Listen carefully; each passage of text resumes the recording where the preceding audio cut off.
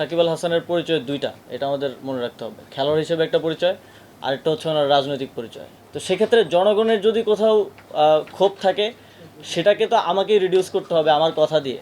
তো আমার মনে হয় যে ওনাকে ওনার জায়গাটা পরিষ্কার করা প্রয়োজন রাজনৈতিক জায়গা থেকে। যদিও আজকের বিষয় না এটা, তারপর আমি একটু বলি।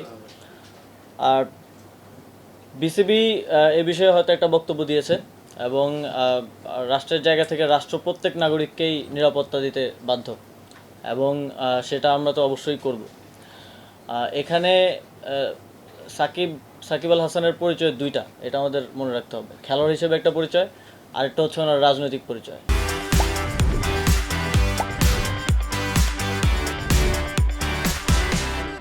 উনি আওয়ামী লীগের প্যানেল থেকে একজন এমপি ইলেকশন করেছিলেন। তো মানুষের মধ্যে তো এই দুইটা নিয়েই মিশ্র প্রতিক্রিয়া আছে। এখন খেলোয়াড় হিসেবে আমাদের একজন খেলোয়াড়কে যতটুকু নিরাপত্তা আমাদের দেওয়ার দায়িত্ব, সেটা অবশ্যই আমরা দিব।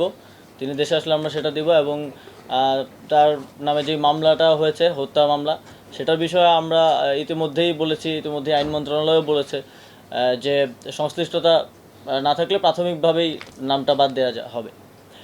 কিন্তু ওনার রাজনৈতিক পরিচয়ের কারণে জনগণের মধ্যে যদি ক্ষোভ থাকে, তাহলে মনে করেন আমার নিরাপত্তার জন্য কয়জন, 5জন পুলিশ কনস্টেবল থাকে আর একজন গানম্যান থাকে। আমার উপরে যদি দেশের 16 কোটি জনগণের, লেটসে 10 কোটি জনগণের যদি ক্ষোভ থাকে, তাহলে এই 5-6 জন আমাকে কী নিরাপত্তা দিবে? আমারও তো সেক্ষেত্রে নিরাপত্তার সুযোগ নেই। তো সেক্ষেত্রে জনগণের যদি কোথাও ক্ষোভ থাকে, সেটাকে তো আমাকেই রিডিউস করতে হবে আমার কথা দিয়ে। তো আমার মনে হয় যে ওনাকে ওনার জায়গাটা পরিষ্কার করা প্রয়োজন রাজনৈতিক জায়গা থেকে। ওনার যে রাজনৈতিক অবস্থান, সেটা নিয়েও কথা বলা প্রয়োজন। অলরেডি মাশরাফি বিন মুর্তজা বোধহয় কথা বলেছেন সেই বিষয়টি নিয়ে। তো জনগণের পক্ষ থেকে যদি নিরাপত্তা ঝুঁকি থাকে, সেটা কেউই কাউকে আসলে দিতে পারবে না। শেখ হাসিনাকেও তো নিরাপত্তা দেওয়া যায়নি, তাকে দেশ ছেড়ে পালাতে হয়েছে। তো সেই জায়গাটা, রাজনৈতিক বিষয়টা পরিষ্কার করা প্রয়োজন বলে আমি মনে করি। কিন্তু একজন খেলোয়াড় হিসেবে আমাদের প্রত্যেক খেলোয়াড়কে নিরাপত্তা দেওয়াই আমাদের দায়িত্ব, এবং সেই দায়িত্বটা আমরা পালন করব। যদিও আজকের বিষয় না এটা, তারপর আমি একটু বলি।